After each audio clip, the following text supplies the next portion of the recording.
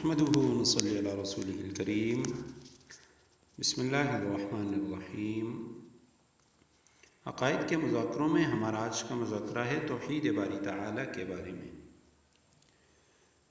توحید باری تعالیٰ کے بارے میں اہل سنت والجماعت کے متفقہ عقائد یہ ہیں: اللہ تعالیٰ ایک ہے، اس کا کوئی شریک نہیں۔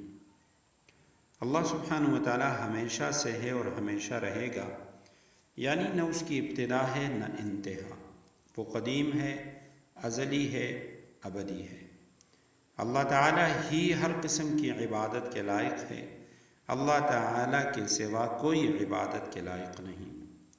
اللہ تعالیٰ ہی حلال و حرام قرار دینے والا ہے۔ اللہ تعالیٰ کے سوا کسی کو یہ حق حاصل نہیں کہ وہ حلال و حرام قرار دے۔ اللہ سبحانہ و تعالیٰ کی صفات ذاتیہ میں پہلی صفت حیات ہے، زندگی ہے۔ صفت ذاتیہ ان صفات کو کہا جاتا ہے کہ اللہ تعالیٰ ان صفات کے ساتھ تو موصوف ہے، لیکن ان صفات کی ازداد کے ساتھ موصوف نہیں۔ یعنی حیات، زندگی، قدرت، علم، ارادہ، سمع، سننا، بصر، دیکھنا، کلام، گفتگو کرنا، خلق، پیدا کرنا اور تکوین وغیرہ صفات کے ساتھ اللہ تعالیٰ موصوف ہے۔ لیکن ان صفات کی ضد، حیات کی ضد موت ہے، قدرت کی ضد عجز ہے، علم کی ضد جہل ہے، ارادے عدم ارادہ، سننے کی ضد نہ سننا، بصر کی ضد نہ دیکھنا، کلام کی ضد کلام نہ کرنا۔ تو ان صفات کے ساتھ اللہ سبحانہ و تعالیٰ موصوف نہیں۔ صفت حیات کا مطلب سمجھنا چاہیے زندگی کا، کہ صفت حیات کا مطلب یہ ہے کہ اللہ سبحانہ و تعالیٰ حی، اللہ لا الہ الا ہو الحی، یعنی زندہ ہے اور زندگی کی صفت اس کے لیے ثابت ہے۔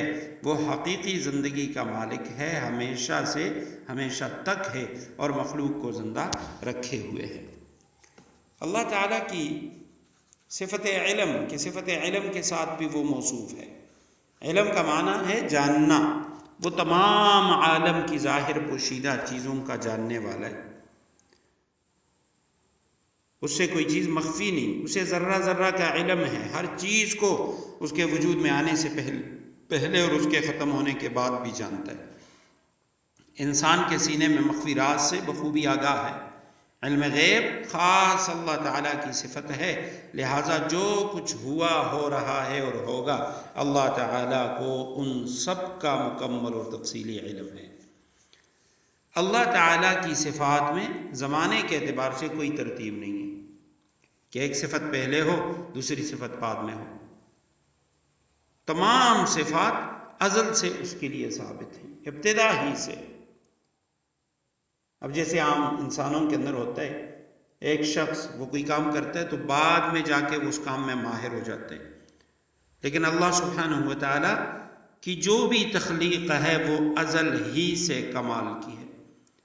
اس میں کوئی تدریج نہیں ہے کہ شروع میں یوں تھا اور بعد میں یوں ہوا۔ اللہ سبحانہ و تعالیٰ کی جو تخلیق ہے، زمین، آسمان، پہاڑ، دریا، سمندر، ان میں اگر کوئی شخص غور کرے، آسمان کو دیکھے، پہاڑوں کو دیکھے، تو آج تک کسی نے یہ نہیں کہا کہ شروع میں آسمان یوں تھا بعد میں کرتے کرتے ایسے ہو گیا۔ نہیں، ابتدا ہی سے اللہ سبحانہ و تعالیٰ نے اپنی تمام مخلوقات کو کامل مکمل پیدا کیا۔ اللہ تعالیٰ کی صفات میں زمانے کے اعتبار سے کوئی ترتیب نہیں ہے، تمام صفات ازل سے اس کے لیے ثابت ہیں۔ اللہ تعالیٰ کی صفات نہ تو عین ذات باری تعالیٰ ہیں کہ ذات اور صفات مفہوم اور معنی کے اعتبار سے بالکل ایک ہی چیز ہوں۔ بعض گمراہ فرقوں کے عقائد اس طرح ہیں، اس کے خلاف ہیں۔ اہل سنت کا عقیدہ یہ ہے کہ اللہ تعالیٰ کی صفات نہ عین ذات باری تعالیٰ ہیں کہ ذات اور صفات مفہوم اور معنی کے اعتبار سے بالکل ایک ہی چیز ہوں، کیونکہ صفات وہ ذات پر زائد چیز ہوتی ہیں، تو دونوں بالکل نہ ایک ہوئیں، لہٰذا صفات باری تعالیٰ ذات باری تعالیٰ کا عین نہ ہوئیں، اور صفات باری تعالیٰ نہ ہی غیر ذات باری تعالیٰ ہیں کہ ذات اور صفات میں سے ایک دوسرے کے بغیر موجود ہو۔ ذات ہو صفات نہ ہو، صفات ہو ذات نہ ہو، ایسا بھی نہیں ہے، اور ایسا بھی نہیں ہے کہ صفات کو ہم ذات ہی سے تعبیر کریں اور ذات و صفات کو ایک مانیں۔ وجہ کیا ہے؟ وجہ یہ ہے کیونکہ صفات جو ہوتی ہیں وہ ذات کے بغیر تو ہو نہیں سکتی۔ صفات یہ ذات کے تابع ہیں، اور تابع مطبوع کے بغیر وجود میں نہیں آ سکتا۔ ذات باری تعالیٰ صفات کے بغیر اس لیے نہیں ہو سکتی کہ اس صورت میں ذات باری تعالیٰ کا صفات کمال کے بغیر ہونا لازم آئے گا، اور یہ محال ہے، اس کی کوئی صفت ہی نہ ہو۔ تو لہٰذا یاد رکھنا چاہیے کہ صفات باری تعالیٰ وہ نہ ذات باری تعالیٰ کا عین ہے اور نہ ہی ذات باری تعالیٰ کا غیر ہے۔